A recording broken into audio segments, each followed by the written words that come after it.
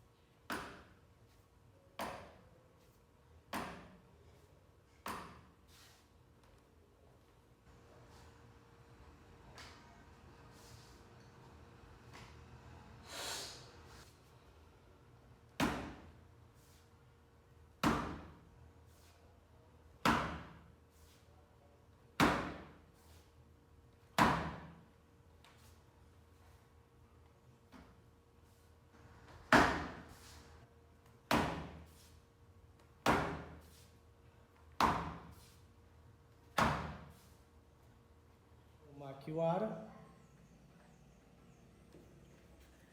chumbado no chão. Posso mandar um modelo depois. Essa madeira aqui é angelim pedra, então ela é muito firme mesmo.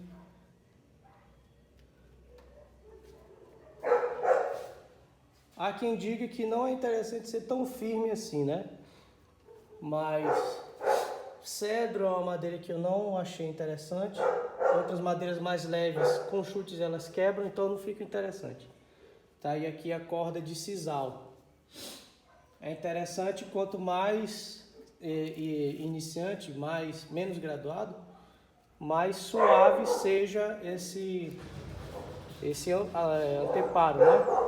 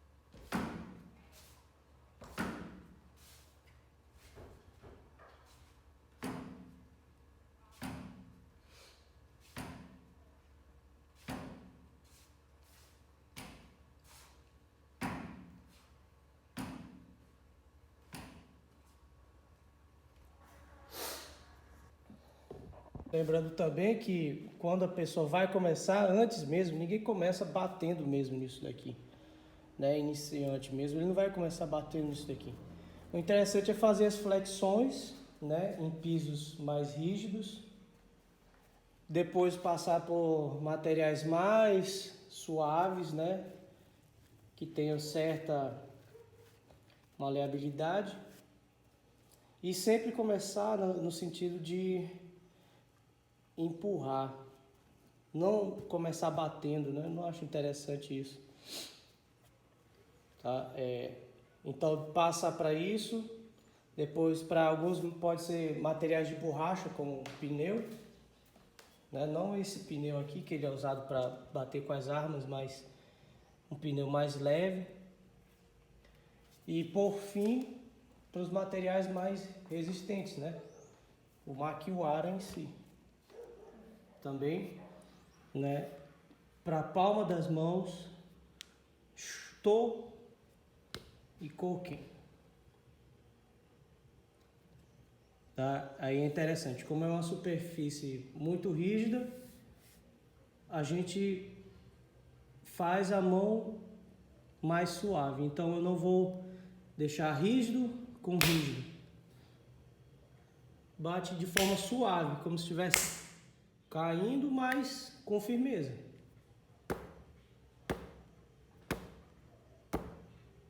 No maquiuara não, ao contrário. Mão firme, porque ele é flexível. Um outro treino interessante para potência é deixar, né, bater e empurrar no final. Bater e empurrar no final.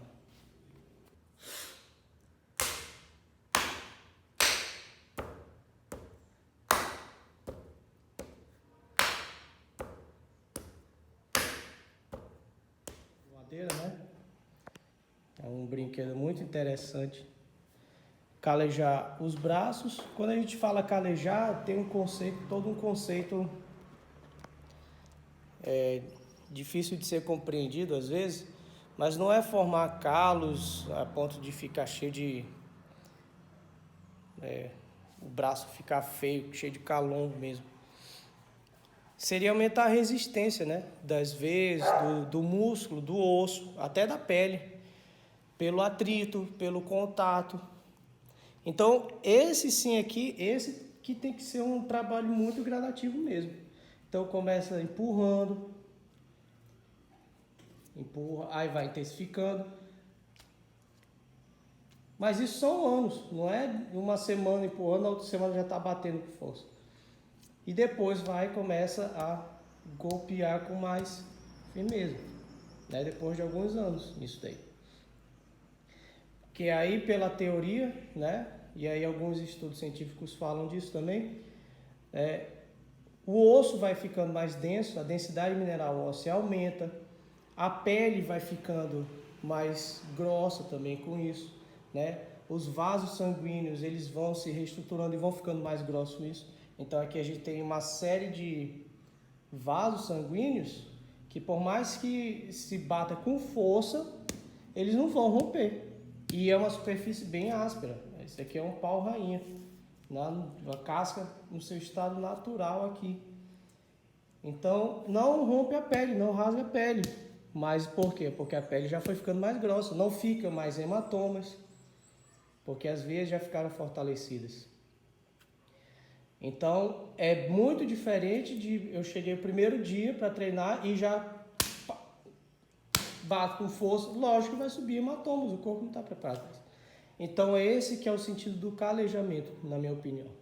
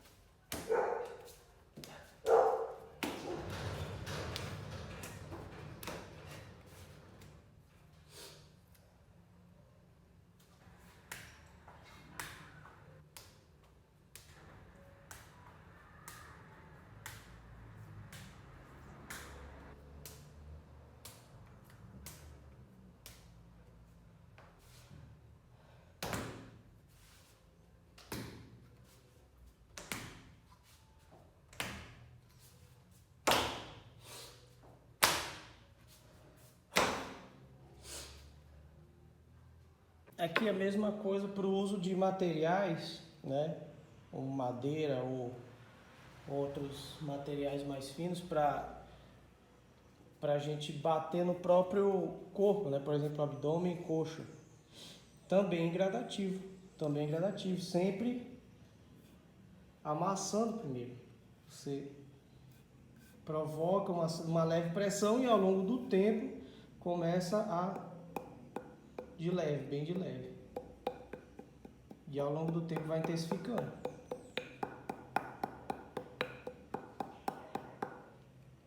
Então, gradativo também. Então, esses materiais, você bate no estômago, pode provocar hemorragia se for com muita força e se for de forma irresponsável. Então, tem que ser gradativo. Amassa. Muito abdominal também, né? Os abdominais ajudam bastante nesse fortalecimento dos músculos, na proteção dos órgãos internos. E com o avanço gradativo, né, até os colegas de treino podem ajudar fazendo isso, dando leves socos na barriga, você consegue aumentar a intensidade dos golpes e aí suportar depois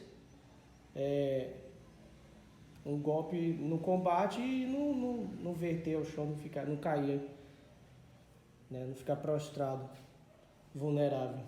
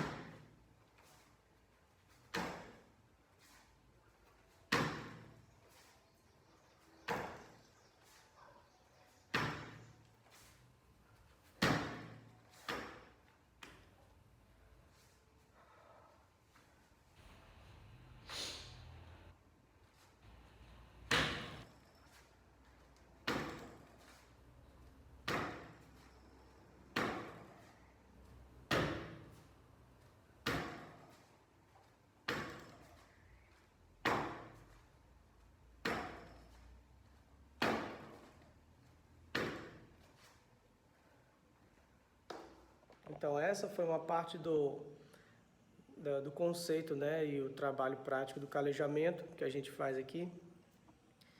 É esse o motivo de eu também estar sem o Karate Gi, o uniforme característico, né, do Karatê, que é para mostrar que não existe edição e é um treino que quanto mais o contato com a pele, maior o contato com a pele, mais interessante. Porque a pele em si, ela transmite essa dor, né? E aí esse contato, esse, entre aspas, calejamento da pele, ele ajuda a gente a tolerar a dor. Então, por isso que ele é um treino feito com o mínimo de investimento possível, né? Aqui a gente pratica o karatê tradicional voltado para situações reais de luta, de sobrevivência. E aí vale lembrar também que esse treino ele é complementado pela prática em dupla, né? Ou trio, em grupo, com as pessoas, com os alunos e colegas de treino, onde a gente faz uma série de movimentos, não temos como fazer agora por causa da pandemia, uma série de movimentos que envolve o contato, né, de membros, né, braço com braço, pé com coxa, soco na barriga, às vezes na garganta, dependendo do nível. Então é um complemento também dessa prática. É inadmissível para o guerreiro ele levar um soco na barriga e cair. E cair sem condições de voltar ao combate. Porque às vezes ele pode cair, mas ele